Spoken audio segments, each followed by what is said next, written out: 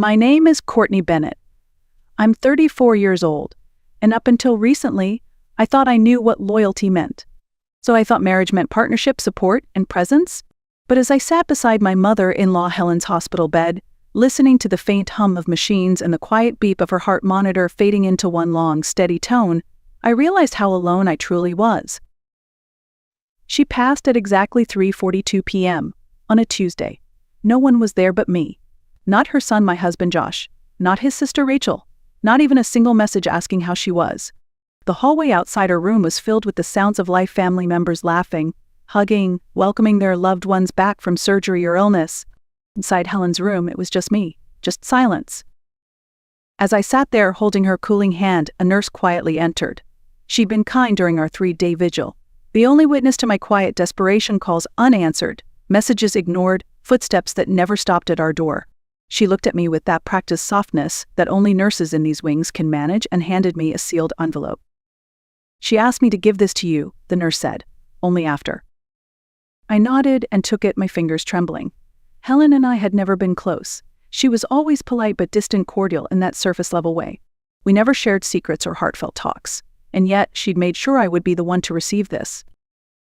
I opened the envelope. Inside was a single sheet of thick stationery. A small, rusted key was taped to the top. Beneath it, a handwritten address and one chilling line of text. They never loved me. Now they will learn what it means to be forgotten. The words didn't make sense at first. Not fully. I stared at them as the nurse gently guided me into a chair. I was still trying to process it when the paperwork came, the death certificate, the list of personal effects, nightgown, glasses, a worn paperback. I stepped out of the hospital into the bright afternoon sun, numb and heavy. Around me, people were smiling, helping each other into cars, holding flowers and balloons. Meanwhile, I clutched a key from a woman who, for the first time in years, had finally said something that felt deeply, disturbingly real. That night, I didn't sleep. I stared at the ceiling, the key burning in my palm, knowing that tomorrow I would follow the address Helen left for me. And nothing would be the same again. By 7 the next morning, I had made my decision. I didn't tell Josh where I was going. He hadn't asked about Helen's passing, not really. When I told him she had died, his only response was a distracted, "Oh, when did that happen?" followed by some excuse about meetings, and how she was never easy. The indifference had hollowed something in me. I didn't owe him an explanation now. The GPS led me out of town, past the suburbs into quiet, winding country roads where the air smelled of soil and sunlight. Eventually, it directed me down a gravel driveway nearly swallowed by overgrown bushes. A rusted iron gate stood half open, as though waiting for me. The cottage beyond it was small and weathered. Its white paint had peeled back to gray, like a memory fading with time. Wild rose bushes crawled up one side, their thorns scratching at shuttered windows. It was the kind of place that had once been loved, then left untouched for years. Forgotten but not neglected. The key turned in the lock with ease. Inside, the air was thick with the scent of dust and old paper. Light filtered through partly closed curtains, illuminating floating specks in the air like tiny ghosts. The house was intact, fully furnished, lived in, but frozen in time. Books lined the shelves. A stack of photo albums rested on the coffee table. On the kitchen counter sat a tea kettle, a ceramic mug, and a single envelope. It was addressed not to me but to Helen's lawyer. To be opened upon my death, the label read. I stood still for a long time, letting the silence of the place sink in. This wasn't a storage property or some forgotten summer cabin. This was Helen's real home, not the sterile room at the assisted living center that Josh had chosen for her. This was where she had lived when she needed peace. This was where her spirit remained. And somehow, she had chosen to share this place with me. I didn't know why. I didn't understand it yet, but I felt it. The way she used to look at me when she thought I wasn't watching, there had been something in her eyes. Not warmth, not exactly, more like consideration, calculation maybe. Had she been watching me all this time, weighing me, measuring me against her own children? The envelope for the lawyer pulsed with a quiet importance. I placed it carefully in my purse, knowing I would deliver it the next day. But for now, I sat down at the old kitchen table. I let my hands rest flat on the wood. It was smooth but worn, the surface scarred with years of cups and elbows and quiet meals. Helen had chosen this place, and now she had chosen me. Outside, the wind rustled through the trees. Inside, I sat alone but not lonely. For the first time since she died, I didn't feel like I was mourning a stranger. I felt like I was stepping into a story she had waited years to tell. The next morning, I arrived early at the office of Margaret Keller, attorney at law. It was a modest building in the historic district, red brick, narrow windows, a hanging sign that creaked softly in the wind. Josh drove us in silence, his grip on the steering wheel white-knuckled. We picked up Rachel just outside the office. She was already annoyed, cigarette in hand, muttering about losing a half-day's pay. "This is ridiculous," she snapped as she stabbed out the cigarette with her boots. "Mom didn't have anything worth reading a will over." I didn't respond. I just held my purse tighter, the envelope from the cottage still tucked inside. Inside the office, two older women were already seated, Diane Mercer and Eleanor Thompson, women I vaguely recognized from Helen's church events over the years. They looked just as puzzled to be there, though they offered me kind nods. Margaret Keller was poised and composed, silver hair in a neat bun, her eyes sharp behind a pair of reading glasses. "Thank you all for coming," she began. "As Helen Walsh's legal representative for the past 15 years, I have been entrusted with the execution of her final wishes." Josh checked his watch with exaggerated irritation. Rachel crossed her arms tightly. The room was silent, save for the faint rustle of legal documents being arranged. "This is the last will and testament of Helen Elizabeth Walsh," Mrs. Keller continued. "Revised and notarized 2 months ago, on March 15th of this year." I blinked. That was the day she'd asked me to drive her downtown for an appointment. I waited in the car while she said it was about her medication plan. I hadn't questioned it. Mrs. Keller began the reading. "To my son, Joshua Bennett," she read, "I leave my forgiveness, though you have not earned it." Josh's head snapped up. "What the hell does that mean?" "To my daughter, Rachel Bennett," Keller went on, "I leave my wedding band, which you once admired. May it remind you that promises should be kept." Rachel's face turned red. "This is a joke, right?" "To my friends Diane Mercer and Eleanor Thompson," Mrs. Keller continued, "I leave my deepest gratitude for the kindness you showed me in my final year, and a gift of $5,000 each." The two women gasped quietly, glancing at each other. "And to my daughter-in-law, Courtney Bennett," she said, her tone measured, "I leave the entirety of my remaining estate, including my primary residence at 47 Willow Lane, all bank accounts, investment portfolios, insurance policies, and personal belongings." The room exploded. "What?" Rachel shouted. "That's insane." She barely knew her. "There must be a mistake," Josh added, rising to his feet. "This isn't right. Courtney wasn't even close to her." Mrs. Keller remained perfectly composed. "There is no mistake. Helen was of sound mind and fully competent. We have a recent psychiatric evaluation from a licensed professional conducted 1 week before the will revision. She also recorded a video explaining her decisions, which can be presented to the court if needed." Josh stared at me like I'd betrayed him. "You knew about this, didn't you? You manipulated her when she was sick. Took advantage while she was confused." "I didn't know," I said, my voice shaking. "She told me she had a medication appointment." I sat in the car. "How convenient," Rachel spat. "The loyal daughter-in-law act worked, huh?" "You're welcome to contest it," Mrs. Keller said smoothly, "but I would advise against it. Everything was done properly." She turned to me. "The cottage alone is valued at approximately $300,000.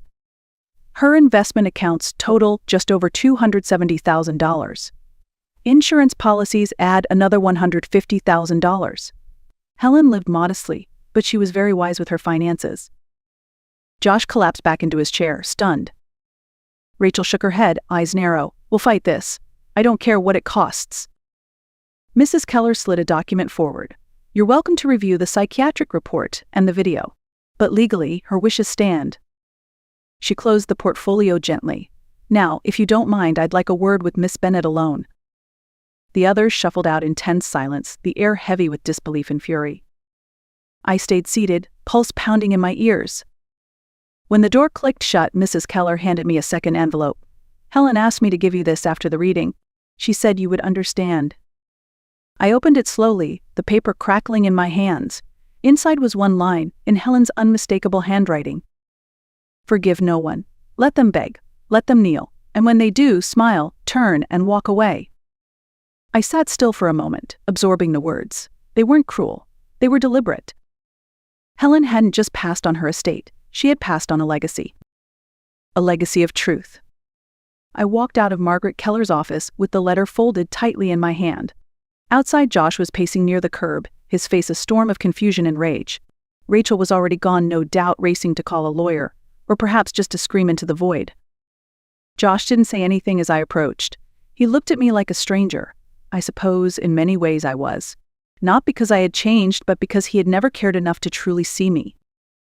"I'm going to stay at the cottage tonight," I said quietly.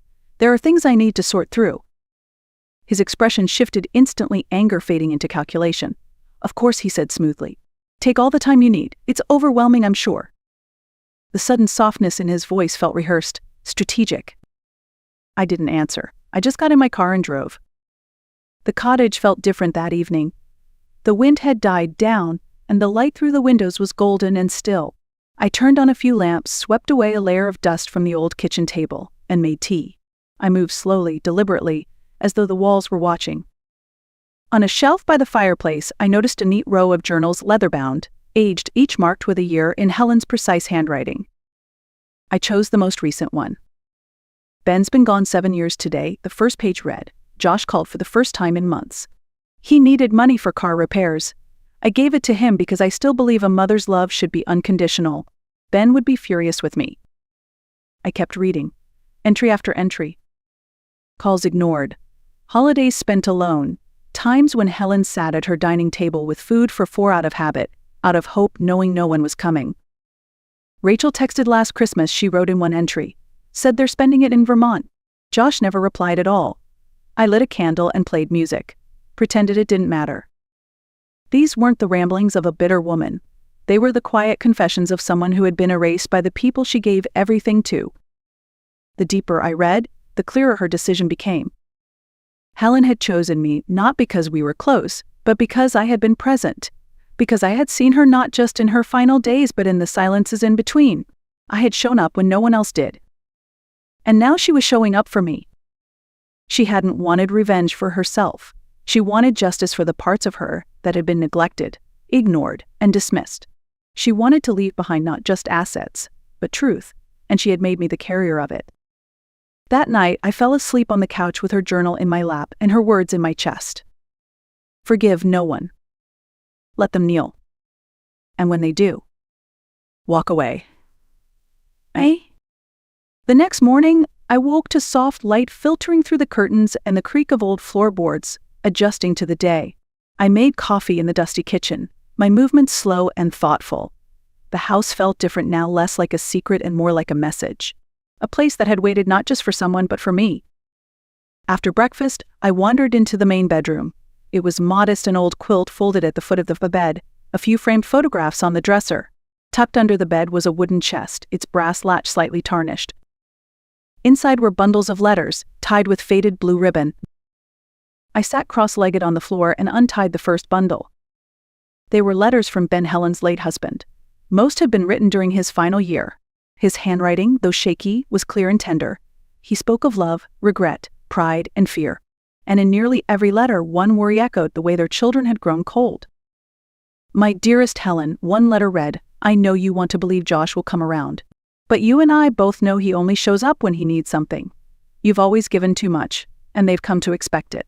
Please promise me you'll look after yourself when I'm gone. Promise me you won't let them take the last pieces of you." Letter after letter revealed the same story: two parents who had built a life from love and sacrifice, only to watch it be taken for granted. I returned to Helen's journals that afternoon, reading entries that stretched back years.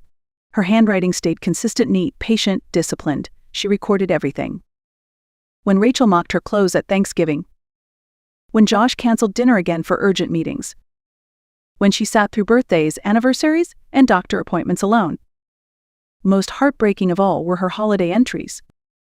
Christmas Eve, made a roast chicken, set the table for 4. It felt silly, but I couldn't help it. Played Ben's old records. Danced a little by myself in the living room. Pretended someone might knock on the door.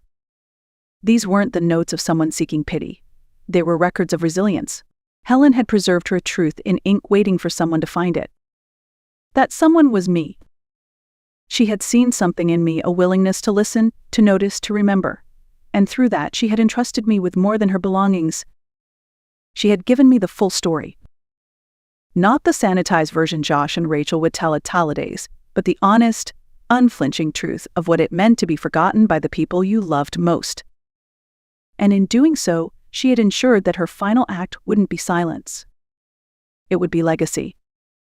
That evening, as I sat on the porch of the cottage, Helen's final note echoing in my mind, I understood the weight of what she had left me. Not just keys or deeds or financial accounts. She had left me the truth. And once you hold the truth in your hands, you can never pretend you don't know. You can only decide what to do with it. When I returned to the city the next day, Josh was waiting for me on the front porch. He stood as I parked, offering a hesitant smile one I hadn't seen since before Helen's decline. It was thin, uncertain, almost rehearsed. "Hey," he said, rubbing the back of his neck, "I've been thinking, maybe we should talk. About everything. About us." I studied him. For years, I had waited for this version of him, the one who might finally want to be present. But now I saw it for what it was, not love, not remorse. It was fear. "I'm going to the cottage tonight," I said, walking past him. "There's still a lot to go through." "Of course," he said again, that same gentle tone, too quick, too smooth, "whatever you need." I didn't answer. That night, back at the cottage, I turned on the lamps, swept the entryway clean, and unpacked an overnight bag. But I wasn't just staying the night. I had made a decision. This house wasn't a retreat. It wasn't just an escape. It was a beginning. Over the following days, I started cleaning out rooms, boxing up Helen's personal items with care, but keeping the ones that mattered: her journals, her letters, her photos. I found sketches, notes in the margins of books, a dozen starts to short stories she'd never finished. And I found her plans, ideas scribbled on yellowing notepads: writing workshop for women over 60, community reading group, volunteer program for women who live alone. She had dreams she never spoke aloud. But now I could. I contacted a nonprofit consultant. I started drafting a plan to restore the cottage not just as a home, but as a haven somewhere women like Helen could gather, write, talk, heal. When Josh called 2 days later to check in, I let it go to voicemail. He left a message asking if I was okay. Then a second message the next day, more pressing. By the third call, he sounded nervous. But I didn't answer. I was done explaining my worth. Done justifying my presence. Helen had given me the power she never had the power to choose myself, to say no, to step out of the role of good wife or dutiful daughter-in-law. And for the first time, I felt the weight of silence not as punishment but as strength. They had made their choices. Now I was making mine. I sat on the porch of the cottage as the sun dipped below the horizon, casting long shadows across the lawn. The wild roses rustled in the evening breeze, brushing softly against the window panes like a memory that refused to fade. Helen had left me many things: real estate, accounts, insurance. But none of it meant more than the truth she entrusted me with. She had lived a life full of quiet disappointments, of being needed but not valued, present but invisible. And yet, instead of bitterness, she chose clarity. Instead of revenge, she chose revelation. She made me the vessel for her voice, the keeper of her truth. "Worried every journal now," answered the last of the letters she never sent. "I've started the paperwork to turn the cottage into a community space just like she dreamed. A quiet place for older women to write, gather, speak. Not one more story left behind." Josh hasn't called in a while. I think he finally understands that I'm not coming back, not as his wife, not as his excuse, not as the shadow of a woman he failed to love. Rachel sent a bitter email last week. I didn't reply. Because Helen's words still live in me. Forgive no one. Let them beg. Let them kneel. And when they do, smile, turn, and walk away. I don't carry hatred in my heart, just truth, just memory, just the sharp, unshakable knowledge that sometimes the deepest love is knowing when to let go and when to speak. If you've ever been made to feel invisible, unimportant, or replaceable, hear this. You are none of those things. You are worthy of being seen, heard, and honored. So stand. Stand in your silence. Stand in your strength. And when they finally notice, when they come with apologies, explanations, and regret, smile, turn, and walk away. If Helen's story touched your heart, or if you know someone who's lived in the shadow of others too long, share this. Like this video, leave a comment. Let someone know they're not alone. Because sometimes the quietest voices leave the loudest echoes. And sometimes the forgotten write the ending. On their terms. Thank you for spending this time with us and with Helen's story.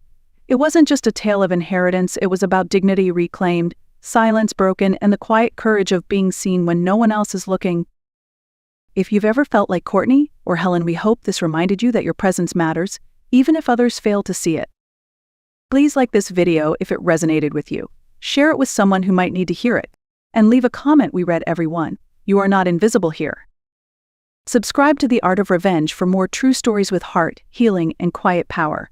My name is Eleanor Harris, and on the night everything changed, I was standing in my son's driveway with shaking hands. Just hours earlier, I had been ironing the navy dress Michael always said made me look elegant when my phone buzzed. The message came from David Monroe, my attorney of over 15 years. It contained only 3 words: call me now. David never sent late-night messages. His voice on the phone was clipped, urgent. Eleanor, sit down. I need to tell you something about your daughter-in-law. My breath caught. About Lillian? She had been my son's wife for less than a year, and to me she felt like a gift after so many lonely seasons. She called me Mom Harris, always with that warm smile. She had convinced me to sell the home I had lived in for 35 years to help with their wedding expenses. I believed her when she said we would be one family, closer than ever. But David's next words hollowed me out. Lillian Carter is not who she claims to be. I wanted to laugh, to dismiss it as a mistake. After all, I had sat across from her at countless dinners, listened to her gentle stories about her parents, about nursing school, about the patients she adored at the children's hospital. Yet David insisted. There was no record of her working there. Too many details did not exist. That was the moment I knew. By the end of this night, my son's perfect marriage would collapse, and the woman we welcomed into our lives would be revealed for who she truly was. This is the story of how a family dinner turned into the most dramatic evening of my 67 years. For most of my life, I believed stability was something you built slowly, brick by brick, memory by memory. My late husband, Robert, and I bought a modest home in Santa Fe, where we raised our only child, Michael. We planted a maple tree in the yard the year he was born, and every spring I took photos of him in front of it, watching him grow taller as the branches stretched skyward. That house was more than walls and a roof, it was our family's history. After Robert passed away, I tried to keep the house running, but grief has a way of making even familiar spaces feel too heavy. By the time Michael introduced me to Lillian, I was lonely, still searching for purpose. She stepped into our lives like sunlight through dusty curtains. Warm, attentive, she never failed to greet me with a hug and the words Mom Harris. I didn't realize how much I craved that closeness until she offered it. Lillian had a gentle way of suggesting big changes. Over coffee, she looked around my kitchen and said, "This place feels too large for you, Eleanor. Wouldn't you like something smaller, cozier, closer to us?" She made it sound practical, even protective. When she and Michael mentioned the costs of their dream wedding, she carefully linked the two ideas together. If I sold the house, I could help them begin their new life while also freeing myself from the burdens of maintaining a big property. I told myself it was logical. I told myself Robert would have wanted me to support our son. In truth, I also told myself that helping them meant securing my place in their new family. So I sold the home, the maple tree, the decades of memories, and contributed nearly $35,000 toward their wedding. Watching Michael beam at the altar, watching Lillian walk toward him in her white gown, I convinced myself every penny was worth it. For months after the wedding, I carried the glow of belonging.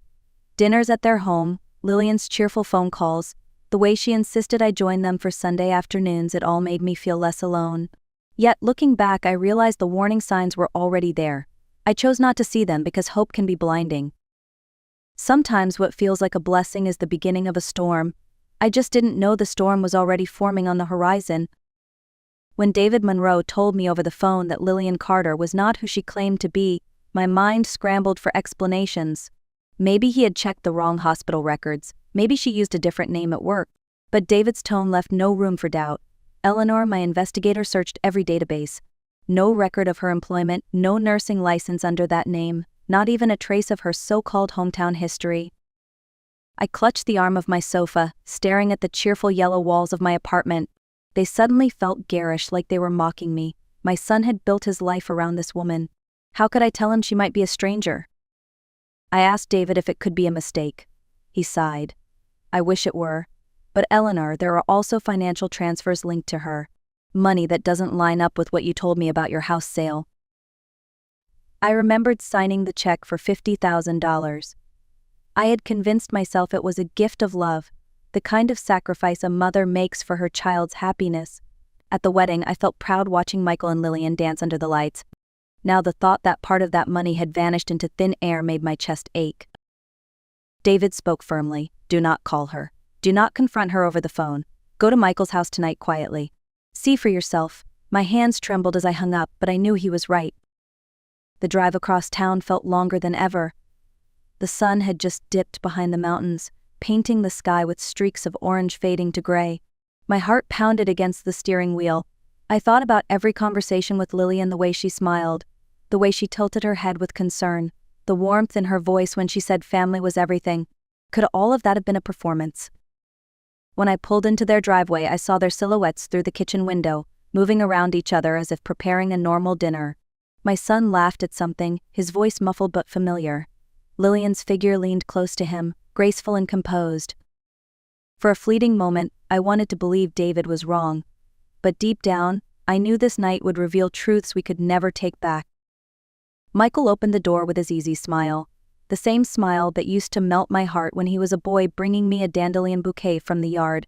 Mom, perfect timing, he said, pulling me into a hug. Lillian's making her famous lasagna. Inside, the house smelled of garlic and fresh bread. On the surface, everything looked perfect, too perfect. The living room glowed with soft lighting, throw pillows matched the curtains, and a glass vase of fresh lilies stood on the coffee table. But as I scanned the space, something felt wrong. Not a single item reflected Michael. No framed photo from his college days, no antique clock his father left him, not even the old guitar he loved to strum on weekends. It was as if the house belonged entirely to Lillian. She appeared from the kitchen wearing a floral apron over her designer jeans, blonde hair pulled into a neat twist. Mom Harris, I'm so glad you could join us, she said warmly, giving me a quick hug before setting a bottle of white wine on the table. Her voice was cheerful, but I noticed the brief flicker in her eyes when she saw me still holding my purse, as if she worried I had come with news she wasn't prepared for. Dinner started with small talk. Michael described a demanding project at work, but his voice carried an edge of fatigue. I asked if he was sleeping enough. He brushed it off with a shrug, but I recognized the signs. My son wasn't thriving, he was barely treading water. When the lasagna arrived at the table, I complimented Lillian. Everything looks wonderful, dear. She smiled, almost too wide. I wanted this night to feel special for all of us. As we ate, I carefully steered the conversation toward the past year. I mentioned the house I had sold and how quickly everything had changed.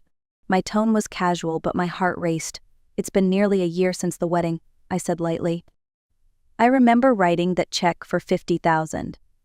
35 went to the wedding, of course. But I sometimes wonder, what did you two do with the remaining 15? The fork in Lillian's hand froze midway to her mouth. Michael frowned, clearly calculating. Lillian cleared her throat. There were extra costs, some home improvements, and my student loans. I tilted my head, feigning curiosity. Oh, I thought you said you worked your way through school without loans. Michael looked at her, puzzled. Wait, you told me you had no debt when we applied for the mortgage. For just a split second, her mask slipped. Panic flickered across her face before she forced a smile. I didn't want to burden you with my mistakes. But the air around the table had shifted. Michael's confusion deepened, and my suspicion hardened. The cracks in her story were beginning to show, and with every passing minute, the woman I once called daughter began to look more like a stranger. The kitchen timer buzzed, startling everyone. Lillian jumped up too quickly, muttering something about dessert. Her chair scraped harshly against the hardwood floor as she hurried away. Michael and I sat in silence. He tapped his fork nervously, his eyes darting toward the kitchen. Finally, he whispered, Mom, what's happening here? Before I could answer, the sound of cabinets opening and closing echoed from the other room. Then silence. Too much silence. I glanced at Michael, and together we stood. We walked down the hall, the scent of lasagna still heavy in the air, but something colder rising beneath it. The kitchen was empty. The back door stood slightly ajar, curtains shifting with the night breeze. Michael's voice cracked. Her purse, it's gone. I felt a chill run through me. She hadn't just stepped outside, she was leaving. Running. On the counter, next to the half-prepared dessert, lay her phone, unlocked, careless, almost daring us to look. I picked it up, hands trembling.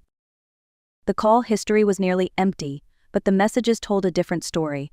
I scrolled through and froze when I saw the name, Marcus. The old lady is getting suspicious. How much longer do I need to keep this up? Another message appeared earlier that day, emergency. She hired a PI. Need extraction plan now? My breath caught. The old lady me. Extraction plan, Michael. Michael leaned over my shoulder, reading each line. His face paled with every word. She was planning this all along. I opened her photo gallery. Sparse, almost empty, but tucked between blank folders were screenshots, bank statements, insurance documents, investment accounts. All in Michael's name.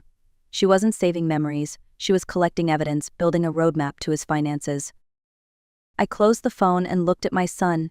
His shoulders sagged, eyes wide, like a man waking from a long dream into a nightmare. Mom, he whispered, she wanted everything. I squeezed his hand, and she almost had it. In that quiet kitchen, with the back door swinging in the night air, the truth stood bare. Lillian wasn't a wife or daughter-in-law. She was a predator, and we were her latest prey. Michael called the police while I phoned David Monroe, my attorney. Within half an hour, 2 officers arrived, followed by a detective named Carla Rodriguez.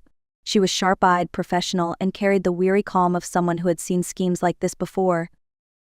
We laid everything on the table: Lillian's phone, the messages to Marcus, the screenshots of Michael's bank accounts. Detective Rodriguez flipped through the evidence without surprise. Miss Harris, she said, I'm afraid your daughter-in-law is not unique.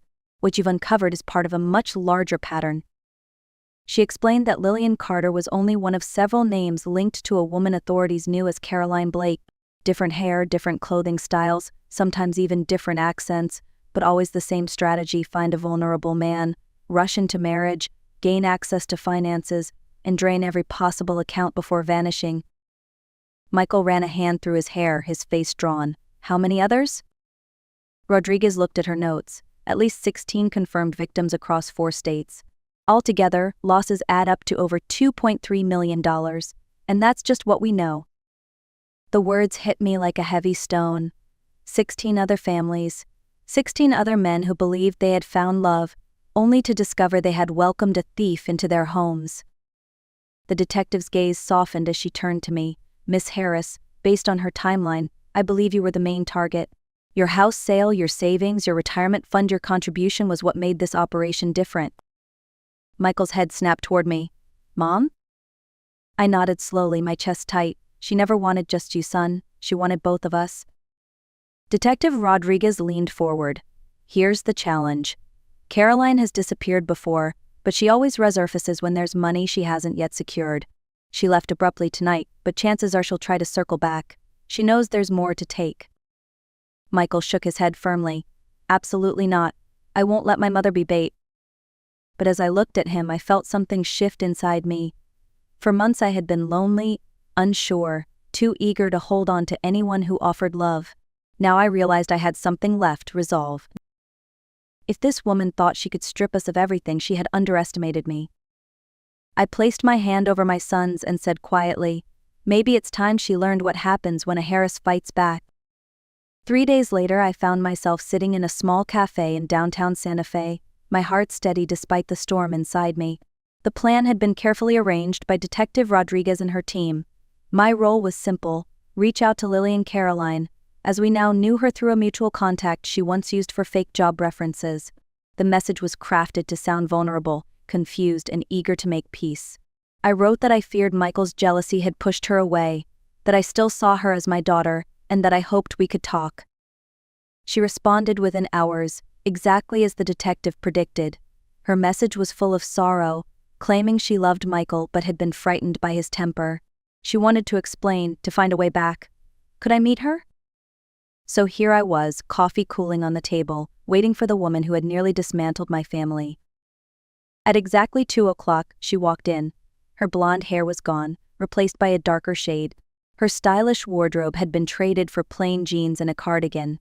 To a stranger, she looked like an exhausted wife seeking reconciliation. but I knew better.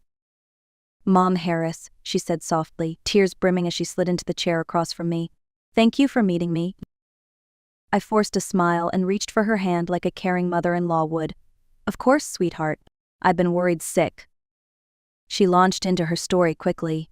Michael had changed, she said.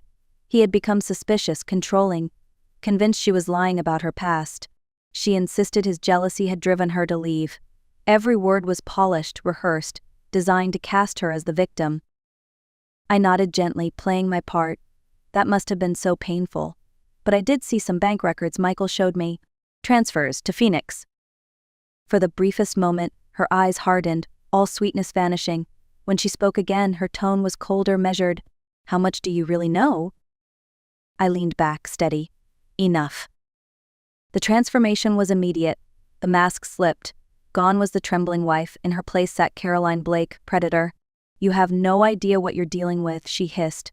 "That money is gone, and there's nothing you can do." "Actually," I said calmly, "there's quite a lot we can do."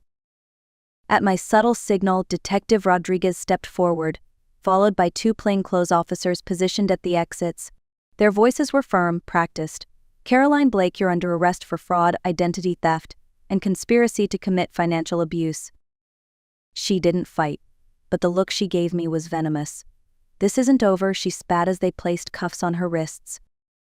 I watched as they led her away, a strange mix of sadness and relief flooding me. I had once believed she was family. Now she was just another name on a long list of victims' nightmares. But for the first time in months, I felt something I thought I had lost: peace. 6 months later, life looked very different. The house Michael once shared with Lillian had been stripped of her presence. No more floral aprons hanging in the kitchen, no more carefully staged decor that erased my son's identity. It was just a house again, quiet but slowly returning to his own style. For me, I had bought a smaller home on the edge of town. A place I chose not because someone told me it was practical, but because I liked it. The morning sun streamed through wide windows, and in the evenings I sat on the porch with a cup of tea, listening to the distant hum of the city. It wasn't grand, but it was mine. Michael visited often. At first he was withdrawn, weighed down by guilt. He kept repeating, "I should have known. I should have seen through her." Each time I reminded him gently, "You weren't foolish. You were human. We both wanted to believe in love, and that isn't weakness. It's hope." Slowly he began to accept that truth. The legal process moved forward. Detective Rodriguez kept us updated and David Monroe guided us through hearings and paperwork. Against all odds, the Financial Crimes Unit traced several of Caroline's accounts. They told us we might recover around 60% of what was stolen. Money mattered, of course, but it wasn't the real victory. One afternoon, Michael handed me a letter. It was from another of Caroline's victims, a widower in Colorado. He wrote that knowing others had suffered the same betrayal helped him feel less alone, less ashamed. Reading his words, I realized that exposing Caroline wasn't just about protecting my family, it was about protecting countless others. Grief and anger still lingered, but in their place grew something steadier: resilience. I had faced a predator and refused to be her prey. I had protected my son, even when he couldn't see the danger himself. And in doing so, I rediscovered my own strength. Sometimes life's harshest lessons come dressed as blessings, but if we listen closely, they remind us of who we are and what we are capable of surviving. Looking back, I realize Caroline Blake didn't just steal money. She tried to steal trust, joy, and the sense of safety every family deserves. But in the end, she failed. What she gave me instead was clarity, the reminder that I could trust my instincts, that love should never come with manipulation, and that protecting your family sometimes means asking the hard questions no one wants to hear. Michael and I still talk about that night. He admits that deep down he had doubts but chose to ignore them, because hope felt easier than suspicion. We both learned that honesty, even when uncomfortable, is the only path to real security. I can't say I don't feel bitterness when I think about the maple tree I left behind, or the memories in the house I sold. But bitterness doesn't define me. Strength does. Resilience does. And the bond between a mother and her child that remains unshakable. So here's the lesson I carry forward: if something feels wrong, don't silence your instincts. If someone you love seems too perfect, pause and look closer. Love is real, but so are predators who disguise themselves in its name. To those listening, I hope my story offers not just caution but courage. Courage to protect what matters. Courage to speak when silence feels safer, and courage to remember that no betrayal can take away your worth. If this story touched you, I invite you to like this video, share it with someone who might need the reminder, and tell us in the comments where you're watching from. Your stories matter too. Together we create a community where truth and resilience are stronger than any deception. The envelope trembled in Lillian Foster's hands as she sat in the crowded courtroom. At 62, she had weathered many storms in life, but nothing compared to this moment.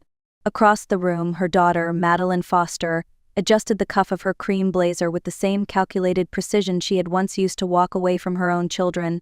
15 years had passed since that night, yet here they were, on opposite sides of a courtroom, battling for the souls of 3 young men. The air was tense, filled with murmurs from spectators and the clicking of pens from reporters eager to capture the drama. But for Lillian, the noise faded. Her entire focus rested on the manila envelope resting in her lap. Its edges were worn soft from countless sleepless nights spent tracing its outline. To everyone else, it looked ordinary.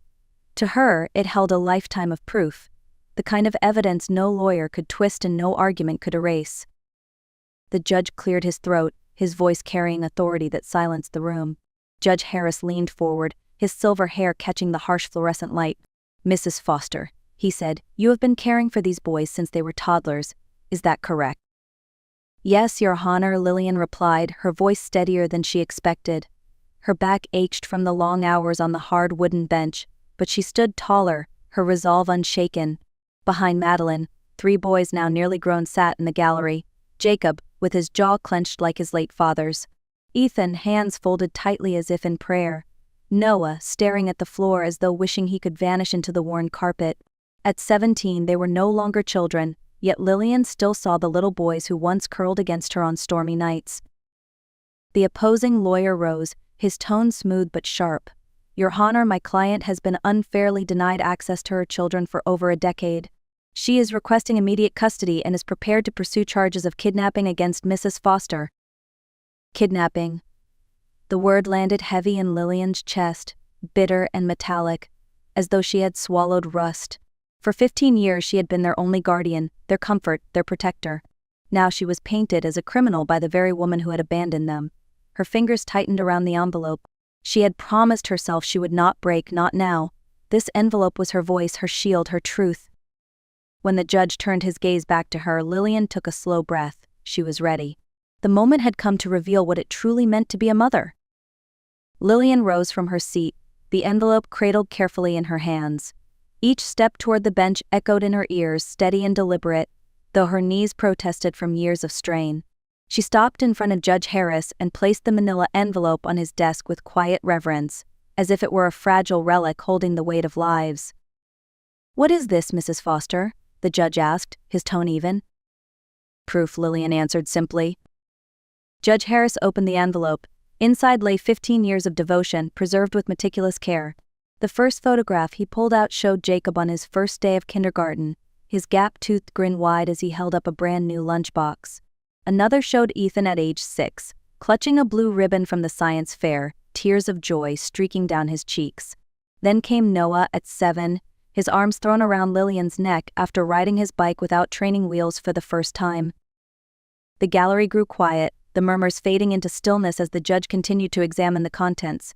Beneath the photos were report cards, permission slips, medical records, all neatly organized in plastic sleeves. Every sheet bore the same signature in careful cursive. Lillian Foster. She was the emergency contact, the guardian who gave consent for medical treatments, the parent present at every school event. Madeline's name was nowhere to be found. The lawyer tried to interject. "Your Honor, these are sentimental items, not legal documentation." "Sit down," Judge Harris said firmly, his voice carrying steel. The lawyer froze and obeyed. Lillian's voice did not waver as she spoke. "For 15 years I was the one who stayed. Every parent-teacher conference, every fevered night, every broken bone, I was there. She was not. My grandsons deserve the truth written not in arguments but in the life we actually lived." Behind her, the boys shifted. Lillian did not turn around. She could not face their eyes just yet. She feared they might see not only her strength but also the exhaustion etched into her bones. She had carried them through childhood, often sacrificing her own well-being. Money had been tight, so she sewed pajamas by hand at Christmas. She worked double shifts so the boys could play baseball, sneaking into the bleachers with tired eyes and a heart that swelled with pride. Judge Harris lifted another photograph, the three boys standing before a small, artificial Christmas tree in Lillian's cramped apartment, their smiles bright, despite the threadbare pajamas she had sewn. "Where were you when this was taken?" he asked, turning to Madeline. Madeline shifted in her chair, her polished composure slipping. "I was getting my life together," she muttered. "You couldn't send a card?" "Make a phone call," the judge pressed. Lillian felt the weight of years collapse into this single moment. Every sleepless night, every whispered promise of Grandma's here, baby had led to this. She stood taller, her eyes fixed firmly on the bench. "This envelope," she said softly, "is what it means to be a mother." Judge Harris set the envelope down with deliberate care, his expression solemn. Then he turned his gaze toward the three young men seated behind their mother. "Jacob, Ethan, Noah," he said gently, "I need to ask you something very important. Do you wish to live with your mother?" The room seemed to hold its breath. The boys exchanged quick glances, a silent conversation only siblings could share. Finally Jacob, always the natural spokesman, cleared his throat. His voice, deeper than Lillian remembered, carried a calm weight. "Your Honor," Jacob began, "we don't really know her." A ripple of shock moved through the gallery. The words struck Madeline like a blow. She flinched, her polished mask cracking. But Jacob wasn't finished. "We'd like the chance to try," he added. Gasps whispered through the courtroom. Lillian's heart clenched. The boy she had rocked through fevers, who once clung to her hand on the way to school, was now a young man asking for something she had feared all along, the chance to open the door to a mother who had abandoned them. Ethan shifted uncomfortably, his hands twisting in his lap. "Grandma has been everything to us," he said, his voice quieter but steady. "She raised us when no one else did. She gave up so much so we could have a normal life." But he paused, glancing at Madeline. "She's still our mother." Noah, the youngest, adjusted his glasses and finally looked up from the floor. His words were halting, careful. "We don't know what kind of relationship we can have with her, but we want to find out." The silence that followed was heavy with tension. Lillian stood frozen, her breath caught somewhere between heartbreak and pride. They were strong young men now, brave enough to speak honestly in a courtroom filled with strangers. But their answer cut deep. For years she had been their only parent, their anchor. Now they were asking to reach back toward the woman who had once let them go. Judge Harris nodded, his expression unreadable. "Thank you, boys.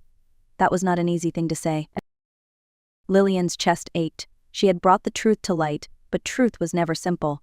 Sometimes it came wrapped in longing, in the fragile hope that even broken bonds might be mended. That night, back in her small apartment, Lillian sat across from her grandsons. The old couch sagged beneath their weight, the same couch that once served as a fortress during childhood games. Jacob leaned forward, his elbows on his knees, his dark eyes fixed on her. "Grandma," he began, his voice steady but firm, "why didn't you ever tell us the truth? About Mom? About everything?" Lillian felt the question settle heavily in the room. She had known this moment would come, but knowing didn't make it easier. She folded her hands in her lap, tracing the faint lines of age, as if searching for courage in the creases of her skin. "Because," she said slowly, "children shouldn't have to carry their parents' failures. I wanted you to have the chance to know your mother without my judgment shaping your view. You deserved that choice." Ethan shook his head, his voice tinged with quiet hurt. "But we were never given the choice. We grew up thinking she was gone because of us, because maybe we weren't enough." Lillian's throat tightened. "Oh, sweetheart, it was never about you. Not once. Your mother," she hesitated, then reached for a worn photograph she had kept hidden in the bottom of the envelope. It showed Madeline at 24, gaunt and hollow-eyed, holding 3 crying toddlers in her arms. She was drowning. Postpartum depression. Addiction. Loneliness. She wasn't ready, and I failed her too. I thought she just needed to be stronger. I didn't see how fragile she really was. Noah frowned, pushing his glasses higher on his nose. "That doesn't excuse what she did." "No," Lillian admitted, her voice cracking. "It doesn't. But it explains it. Some people face their struggles head-on. Others run. Your mother, she ran." The boys sat in silence, each lost in thought.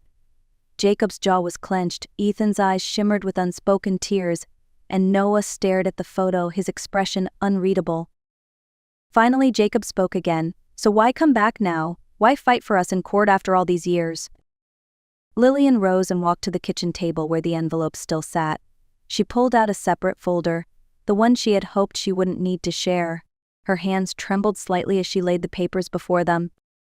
Because of this, she said quietly, your father's life insurance policy. It becomes available when you turn 18. A large sum of money, left in her name as guardian, and she knows that day is only months away. The weight of her words filled the room. For the first time, the boys understood.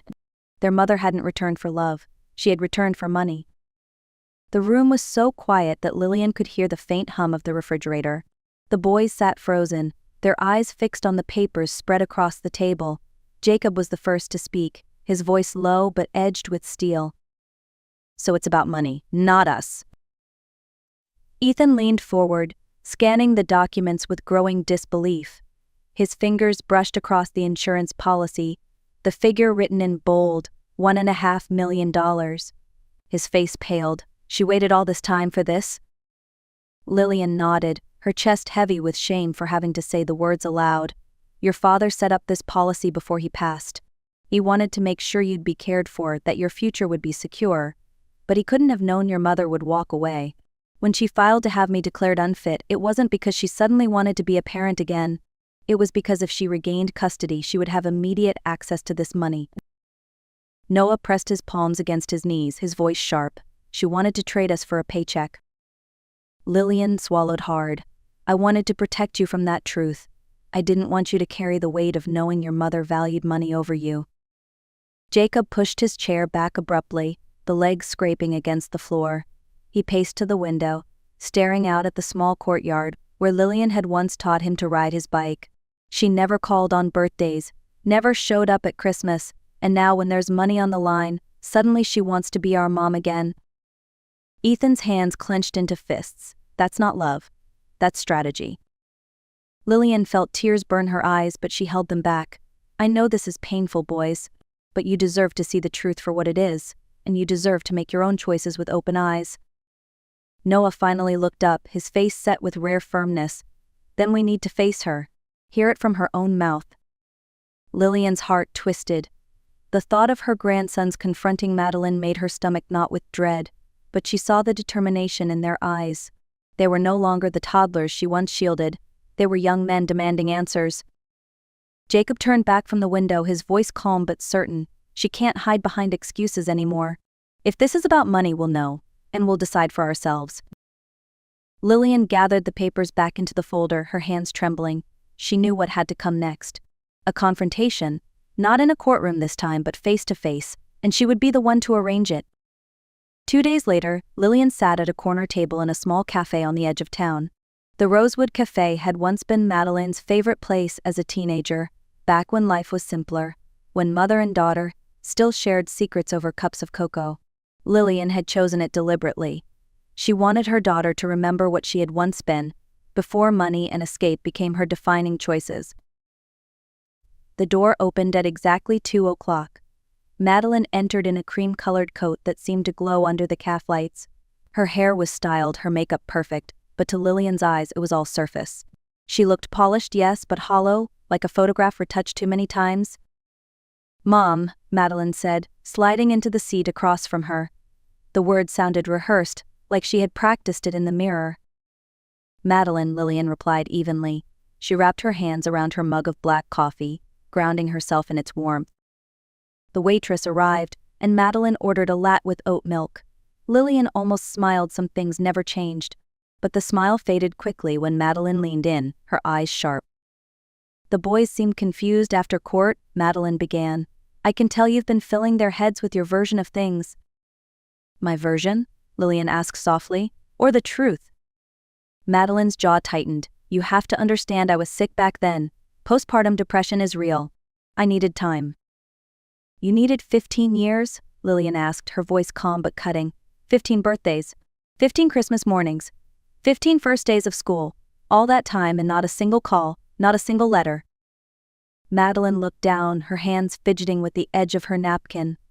"The longer I stayed away, the harder it became to come back." "You don't explain absence, Madeline," Lillian said quietly. "You apologize. You come home. You do the work." The younger woman's face flushed. I'm here now. That has to count for something. Lillian reached into her bag and slid a folder onto the table. Inside were printouts she had gathered, public records, social media screenshots, credit card statements. She spread them out one by one, her movements deliberate.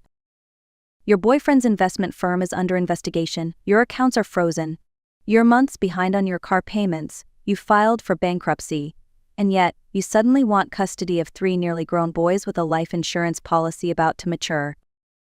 Madeline's face drained of color. How did you? I may be old, Lillian interrupted, but I am not naive. For a long moment, the only sound between them was the clinking of dishes from nearby tables. Finally, Madeline whispered, They're still my children. I gave birth to them. Being a mother is not about birth, Lillian said firmly. It's about showing up. It's about sacrifice. It's about love lived out in actions, not claimed in words. Madeline's hands shook. And if I fight you? If I take this to trial? Lillian leaned forward, her eyes steady, unflinching. Then I will destroy every lie you've built. And when the truth comes out, you won't just lose custody, you'll lose them forever. The phone call came just before dawn. Lillian had finally managed a few hours of restless sleep when the sharp ring jolted her awake. Her heart pounded as she reached for the receiver, dread tightening her chest. For 17 years, being the emergency contact for 3 boys had trained her body to expect the worst with every late-night call. Mrs. Foster. The voice on the other end was clipped, professional. This is Detective Sarah Martinez with Seattle PD. I'm calling regarding your daughter, Madeline Foster Hastings. Lillian sat upright, her bare feet finding the cold floor. What's happened? She was arrested last night. Charges include wire fraud, conspiracy, and money laundering. She's asked that you contact her attorney. Lillian closed her eyes. It wasn't shock she felt, but inevitability, like watching a house collapse that had been built on sand from the beginning. Detective, she said evenly, my daughter and I are estranged. I have no intention of contacting her attorney or providing assistance of any kind. There was a pause, then the officer replied, She said you'd say that. She also asked me to tell you she's willing to sign over custody of the boys in exchange for legal representation. Even from a jail cell, Madeline was bargaining, as if custody of her sons was a commodity to be traded for her freedom. The audacity left Lillian momentarily speechless. Tell my daughter, she said finally, her voice steady as stone, that I'll be in touch. When she hung up, the apartment was silent except for the soft sounds of her grandsons stirring in the next room. In a few hours, the news would break. Their classmates would see Madeline's mugshot. Teachers would whisper. Social media would buzz with the scandal. But first, the boys had to hear it from her. Lillian walked to their door and tapped lightly. Jacob, Ethan, Noah, she called softly. Come out here. We need to talk. The 3 boys shuffled into the living room, still groggy from sleep. Jacob was already dressed for school. Ethan wore pajama pants and a wrinkled t-shirt, while Noah's hair stuck up in every direction. One look at Lillian's face told them this wasn't about chores or breakfast. They sank onto the couch, 3 nearly grown men but still moving as one, bound by years of relying on each other. Lillian sat opposite, her hands clasped tightly in her lap. She took a breath. Your mother was arrested last night, she said without preamble. Charges connected to her husband's financial crimes. Wire fraud, money laundering, conspiracy. It will be on the news before you even reach school. The words hung in the air. Ethan's mouth parted in shock. Noah adjusted his glasses, his expression unreadable. Jacob's jaw tightened, his voice flat. So she really was only here for the money. Lillian nodded slowly. I know this is painful, but nothing changes for you. This home is yours for as long as you want it. Your father's insurance money will be waiting when you turn 18. Her arrest won't touch it. Ethan leaned forward, his voice steady though his eyes brimmed with hurt. She wanted us to move to Seattle. To start over. She wanted the insurance, Jacob corrected, his tone edged with bitterness. We were just the key to unlock it. Noah looked down at his hands, then back at his grandmother. What happens now? Lillian's throat tightened, but she spoke with clarity. Now, you choose. You've been given the truth, and with that comes freedom. You are almost adults. You decide how much of her you want in your lives. For a moment, silence blanketed the room. Then Jacob rose, crossed the space, and knelt by Lillian's chair. He took her worn hands in his larger ones. You've given us everything, Grandma. You're the only mother we've ever known. Whatever happens, that will never change." Ethan and Noah moved beside him, their arms wrapping around her in a tangle of warmth and strength. Tears pricked her eyes, spilling freely this time. For 15 years she had carried them. Now they were strong enough to stand on their own and to hold her up too. Weeks later, life in the foster home had begun to steady again. The boys returned to their routines: college applications, part-time jobs, late-night laughter spilling from their shared bedroom. The headlines about Madeline faded into the background, just another story of greed and downfall. One evening, Lillian sat at the kitchen table, watching her grandsons bent over their homework. The same table that once held coloring books and spilled cereal now held essays on economics and scholarship forms. She realized then that time had a way of revealing what truly mattered. Her daughter had lost everything: her freedom, her money, her reputation. But Lillian had gained something far greater. She had not only raised her grandsons, she had built a family rooted in trust, sacrifice, and unconditional love. Justice, she thought, isn't always about punishment. Sometimes it is about who remains when the storm passes. It is about love that refuses to leave, even when it costs everything. She looked at the boys, her boys, and felt peace settle in her chest. To the viewers, she might say, if you've ever carried the weight of someone else's absence, know this: your love matters. Your presence matters. Never underestimate the power of showing up.